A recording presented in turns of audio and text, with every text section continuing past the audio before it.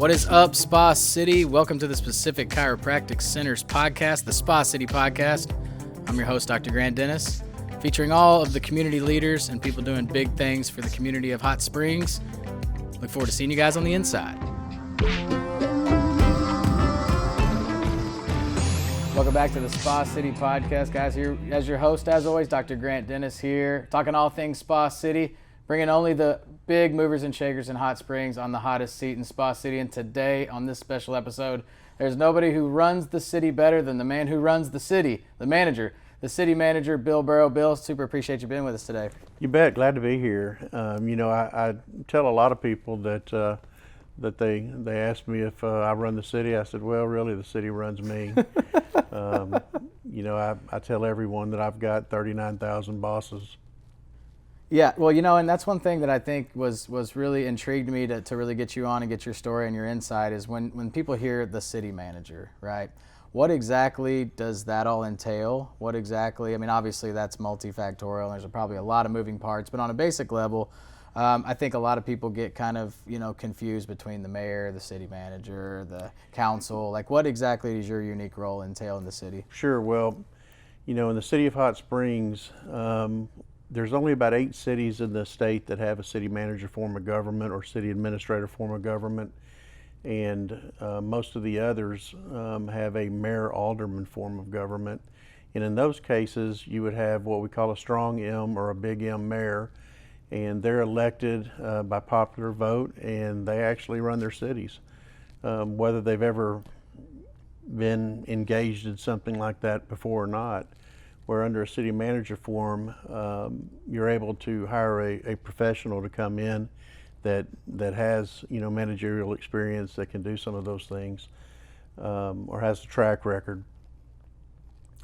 In a lot of our touch states, it's just the opposite. They're very strong city manager form of governments, but Arkansas has just been slow behind that curve, and we've got some great mayors. I don't want to say anything negative about our mayors, and we, City of Hot Springs, are blessed to have Mayor Pat McCabe.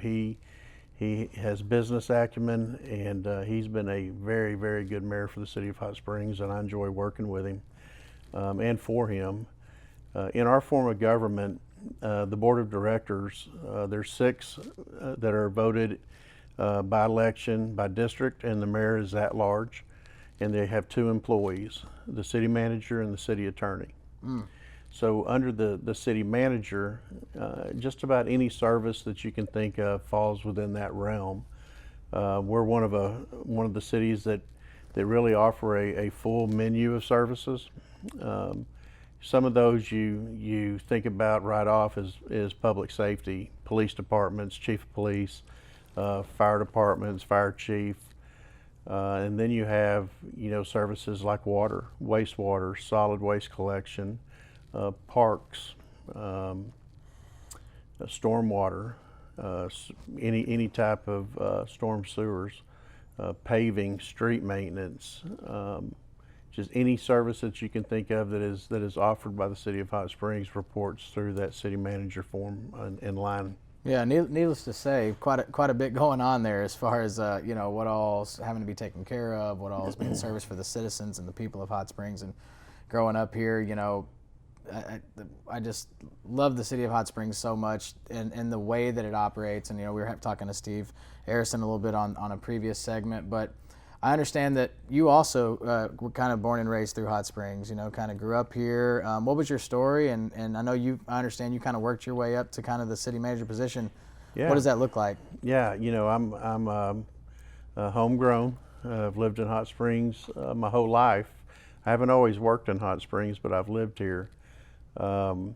Years ago, 22 years ago, I operated a landfill and a hauling company for solid waste in Little Rock for a private company, a very large company. And at our landfill, Garland County and Hot Springs, all of their solid waste came to our landfill. And so they've got a solid waste district. I attended those meetings and got to know Kent Myers, who was the city manager at the time. And they had lost their solid waste manager here in the city, and and he asked if I'd be interested in coming to work for the city. And over a couple of months of discussion, it worked out real well, and I came to the city as solid waste director. I did that for 10 years, and in 2012, I moved up to the city manager's office as the deputy city manager. And I guess, time flies, but in December will be my 5th anniversary as the city manager. Congratulations, man. Yeah, thank you. That's awesome. 5 years running.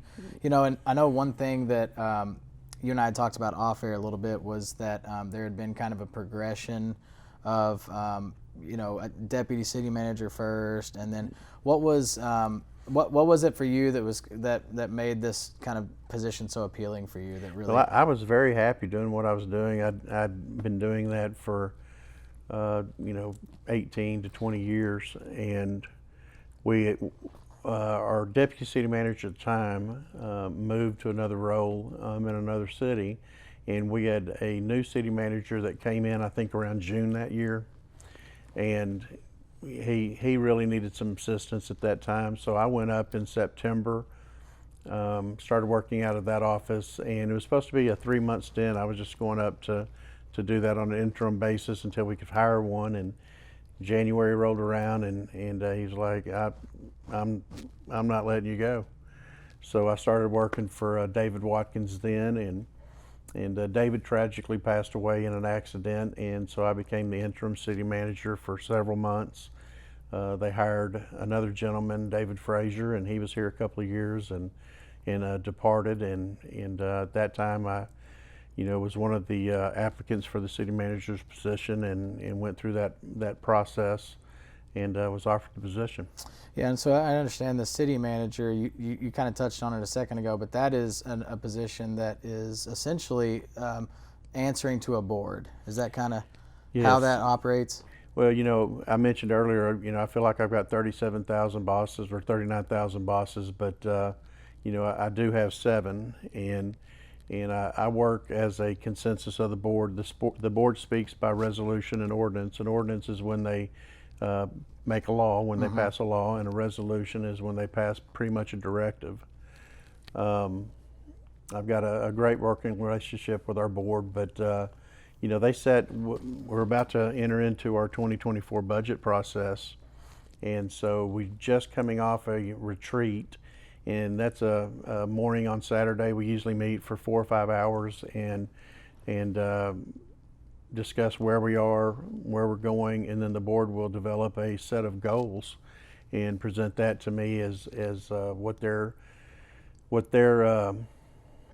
goals are and achievements that they want to see in the upcoming year. And so that I start building a budget around those to make sure that that we're working towards what their goals as a consensus of the board are. Yeah, it's a good segue, because I was going to allude to this at some point and ask about it. Is I can imagine that the city of Hot Springs has a pretty big budget, as far as what all is being spent on. And I think a lot of times the assumption from taxpayers is that what do our tax dollars go to? And of course, having spoken with you and Steve and some of the guys and gals who are really on the inside workings, you really get an appreciation for the size of the budget of Hot Springs, what all is being worked on, what all is being developed. And I want to get to that in a second, as far as some of the initiatives that you're working on, some of the things we're trying to get done in the city. But as far as the budget goes, I'd imagine that's probably a large item for you every year, is looking at the budget. And what does that process look like? Those things you can share, obviously. Sure. I know some of that's public knowledge probably, but what as far as the budget goes, what all is constantly being looked at as it relates to budget? Well, and everything we do is transparent. Any document that we have, you can pretty much find online. Our budget is, our 2023 budget's $150 million for an operating budget. In addition to that, we've got some major projects that we're working on through some bond initiatives. I've got a $150 million project going on for an additional water supply. We've got a $63 million project on wastewater. A lot of people just see, they get that water bill and go, man, my bill looks kind of high. But they, a lot of times, don't know what goes into getting that water to the home, or processing and taking care of the wastewater that comes back. It's a very expensive business to be in. And really, when you think about government, you can break that down into really a couple of different, I guess, segments. We have what we call government entities, and we have what's called business entities, enterprise funds. So anything that is a government entity is funded by the tax base, sales tax for us. Where I think there's only 2 cities in the state that don't have a property tax, and City of Hot Springs does not have one. So we pretty much rely on tax revenues, sales tax revenues. Things that would fall into that would be, the city manager's office, information systems, human resources, parks, trails, sports recreation, streets, public works. Things that would fall under a business activity would be things like, and they're rate based. So it's something that you're going to pay for that service. And so that's water, wastewater, stormwater, airport. These are all business funds, solid waste, and none of these funds can be commingled. So each Right. one of those is its own separate business entity, basically. And we even look at the government departments that way. They're all individualized, but they get rolled up into one government fund, where the others are standalone. Water has to be water, wastewater has to be wastewater, solid waste has to be just solid waste. There's state statutes that will not let those funds be commingled. So, God bless the ones that are over in accounting keeping all that straight for us. But just got our annual CAFR, or ACFR is what it's called now, and that's our comprehensive financial report. I'm pleased to say that the City of Hot Springs has won an award out of the Government Finance Office and Administration 22 years in a row. Wow. For a comprehensive financial report. Very nice, very nice. Yeah, and one of my inspirations for a podcast like this was to bring awareness and really just sort of appreciation for the locals of Hot Springs. And I think a lot of times we look at tourism in Hot Springs and we look at it as some people would say it's a very touristy place, and of course we want that. Well, and a lot of people, I'm certainly proud to bring people here and show off Hot Springs, but especially for local people to appreciate kind of what all Hot Springs has to offer. And I think that, what are some of the things that you're currently working on? You mentioned a few of them, but what are some of the things they can look forward to in the future that you're working on that's going to come to fruition? Sure, and what a lot of people don't know is there are more rental properties in the City of Hot Springs than ownership properties. Just about anywhere I go, it could be Dallas, it could be Little Rock, and you tell them you're from Hot Springs, go, hey, we've got a house there, or we've got a cabin there, or we've got a lake home there. So we have a lot of rentals, but everything we do, and I say this to my employees, every single thing we do, if it's not to benefit someone that lives, works, or plays in Hot Springs, we're not doing the right thing. We should always keep in mind that we are a service organization. I'm a public servant. I'm paid, but I take that very seriously, that we want to make life better for those that live here, that come here, and those that come and spend their time. If they're a tourist, we want to see them come back. That's really the lifeblood of our organization, because we do live and die on the sales tax dollar. A lot of things that we're working on. We've got a parking initiative. If you've been to downtown lately, I can remember as a kid going downtown and there might be a store open every fourth Right. door. Right. I mean, it was really dark and closed. Today, there's not a single storefront open, and if somebody moves out, there's 3 waiting to move in. That's right.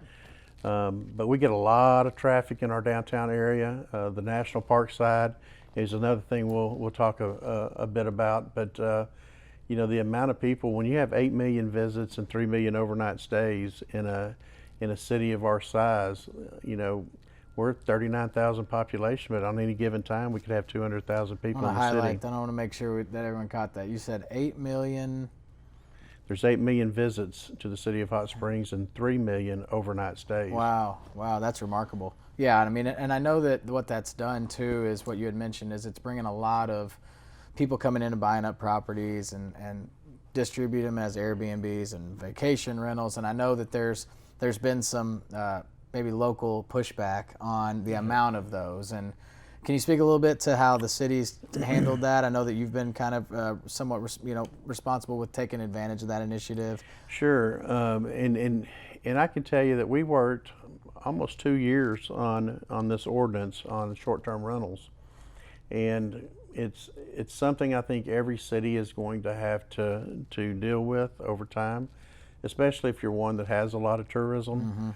You got to find that balance. You can't go all the way and say we're not going to let any come in. You can't just open the door and let everyone have that, or let any place be one. We want to make sure that we try to take care of the character of our neighborhoods as well. And so, as we went through this process and we started seeing the proliferation of these short-term rentals, the board, they set a maximum of 500 in a residential zone. Okay. And so today they've lowered that to about 400. We have 434 Airbnbs in residentially zoned areas. That doesn't count the one, I think we've got probably 800 or 900 when you count the commercial zones. But when you look at residential, and we have several of those, what we call R1, 2, 3, 4, and RL, which is residential lake. And most of our Airbnbs are going to be in what we call residential 3 or RLs, out on the lake. But you got to find that balance, and it took several amendments to the ordinance as we worked through that. We almost had a bill passed in legislation this year, or this past session, that would have removed the ability for the city to have any kind of requirements on Airbnbs. And so we made several trips over, did a lot of testimony. We think that there's a place for them.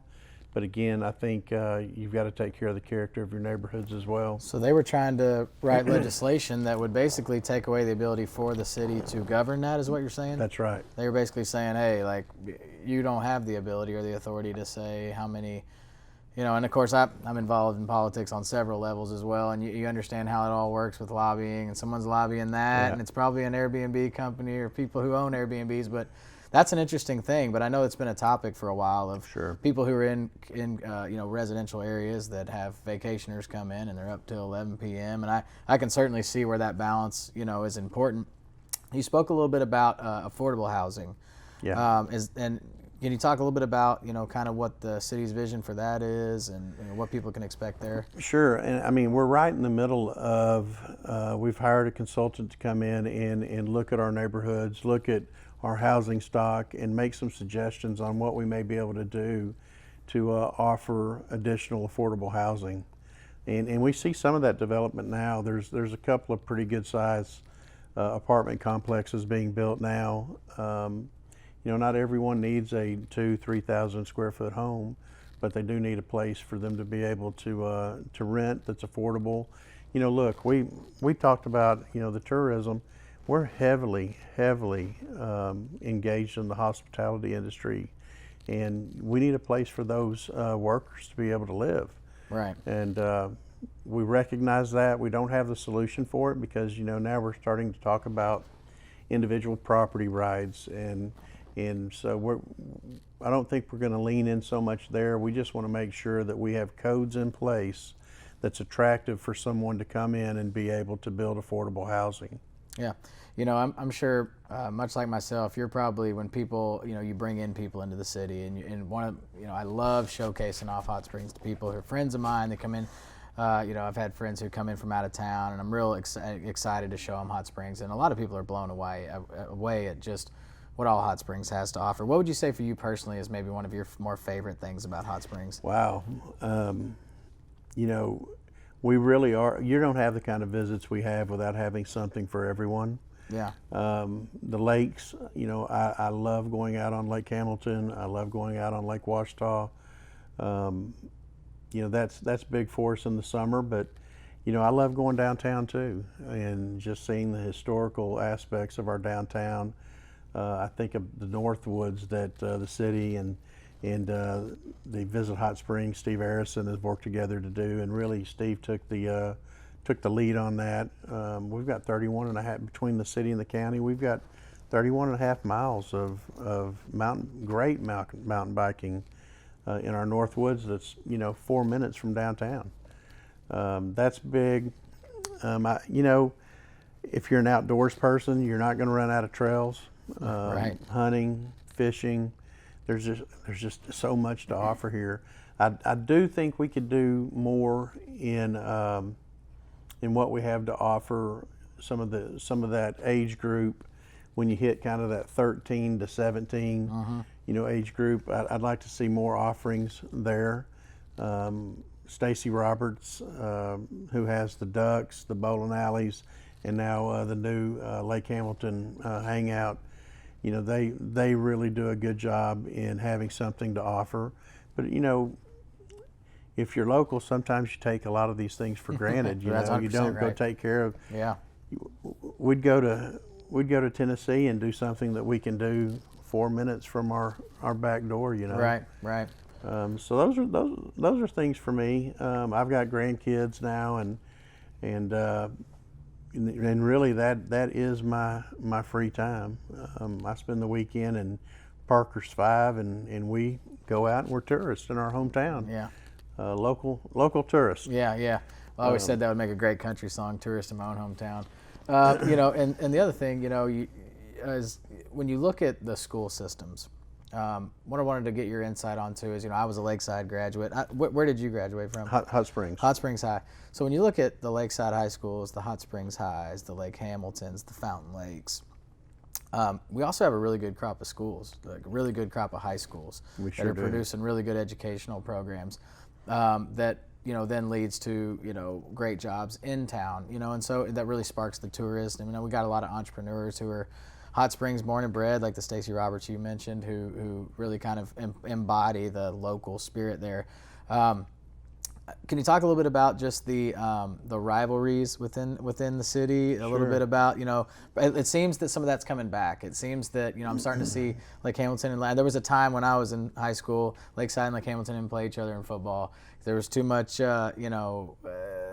tension there. Yeah. And it seems that they're coming back a little bit. I know the game in the Summit Arena or Bank OZK Arena is revived, and it seems that they're starting to kind of rekindle the rivalries a little bit. Sure. Is that fair to say? I think so. When I graduated high school, I think we had 329 in our class at Hot Springs High. Lakeside was still a predominantly smaller school. Had a pretty good population, but it was a smaller school, and Lake Hamilton was really a small school. They have grown so much, and you think about the Lakeside Lake Hamilton rivalry, man, that is so healthy. Hot Springs didn't really have a local rivalry when we were in school. Yeah. Because we were such a large school, our rivalries would be somebody like Little Rock or one of those. But these local ones, even in junior high, I go all the way back to when there was a Southwest and a Central, and that's how you became a Trojan. But that was a good rivalry. But those are extremely healthy. One couple of things that I want to touch on before we get out of here is, when you think about our city, we got to talk about our county too. And we've got one of the best county judges that I've ever worked with in Daryl Mahoney. Daryl and I have known each other a long time, and we've gotten to, inherently cities and counties are going to have things they don't agree with. We're both trying to do the best we can with the amount of monies we have coming in, but we have a great partnership. Anything major that I'm doing, I bounce off him, and he does the same with me. And if there's a way that we can join forces to make it better for our community, not just a city or a county, we try to do that. But when you look at the city's population and the counties, the county's over 100,000 now. Yeah. Based on the 2020 census, first time we've ever been over 100,000. And the city's not really growing. We were 37,000, and 10 years later, we're 39. We're growing at about 1% a year on our water connections, but in 1970, the city was 2/3 of the county's population. In 2020, we're 1/3. So it tells you that the county continues to expand. And most cities grow because you have people that want to live in a rural environment, but they want urban services. And so to get those urban services, you would annex into the city. Back in the 70s, as that utility was growing, it was under commission, and we kind of extended our utilities outside of our city limits. So you kind of lose that incentive to come into the city. We've got a great relationship, and we've worked through some really hard times over the past decade when it comes to growth. But we love our county. We're glad to see, a rising tide raises all ships, and so that's good. And another thing that most people that aren't from here don't realize is that when you go down Central Avenue downtown, one side of the street's federal property and one side's the City of Hot Springs municipal property. I never even thought about that. Yeah. When you look at all the bathhouses, look up on the Army Navy Hospital and the Mountain Tower, West Mountain, that's all national park property. It's federal property, and we're really the only city in America that has a national park within its city limits. And that takes another really good partnership with our National Park Service and the Department of Interior. We've got a great superintendent in Laura Miller. I think this is one time that I can say that just about everyone I know, we're all moving in the same direction, whether that's the national park, the county, the city, the A&P, the Chamber of Commerce. And we're starting to see those dividends. Yeah, no, it's fantastic. If you were to just kind of hear in closing remarks, what do you think would be, in your view, having been in this capacity now for 5 years, what do you think is the future of the next 5 years? What do you envision or seeing, Hot Springs becoming, staying the way that it is, growing? You mentioned a little bit, tied into a little bit the growth, how it's kind of been a small, steady growth, but yet small. I mean, do you see a big influx of growth coming? Do you see the future? What do you see the future of Hot Springs at? I do. One thing that we're seeing in some of our larger cities is they're almost decaying.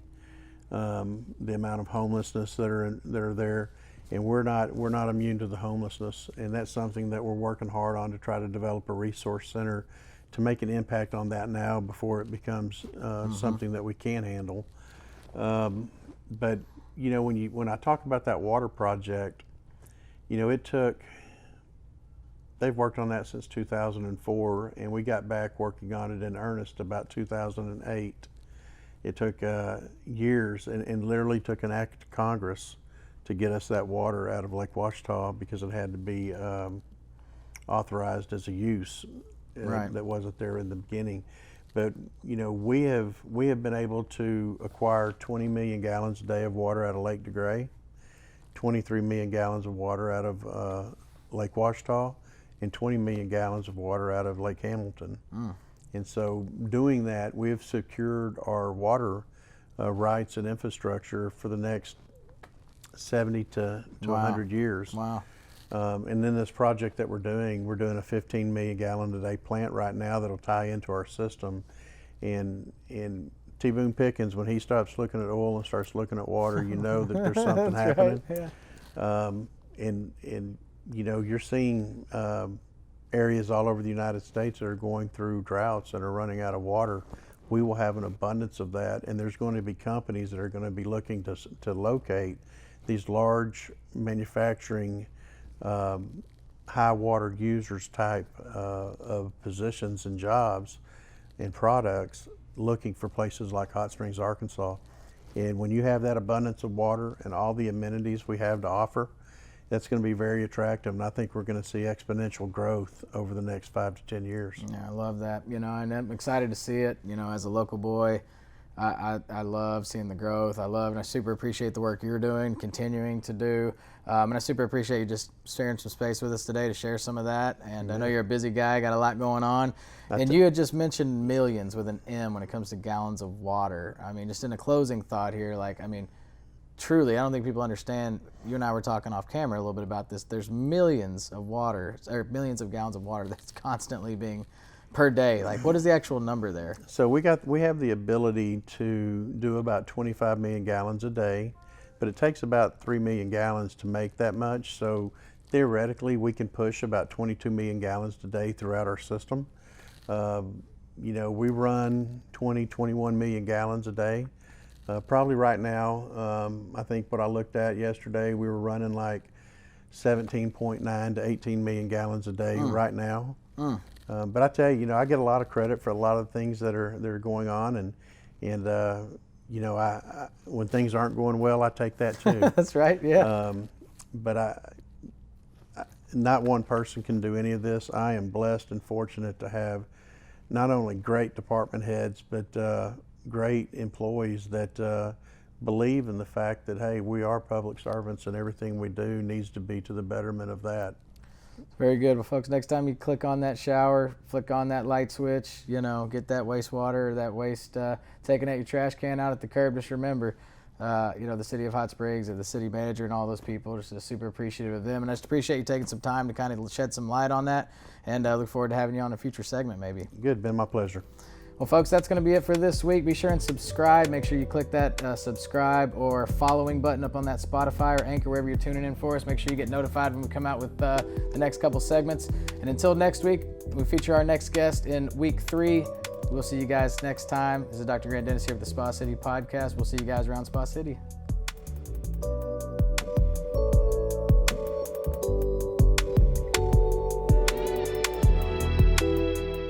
Thanks for joining us this week, guys, on another episode of the Spa City Podcast. And remember to subscribe to everywhere you listen to podcasts, Spotify, Stitcher, Apple Podcasts, YouTube, and check us out on social media. And remember to support all of our community members we have on this podcast and everybody who's doing big things in the community of Hot Springs. And until next time, see you.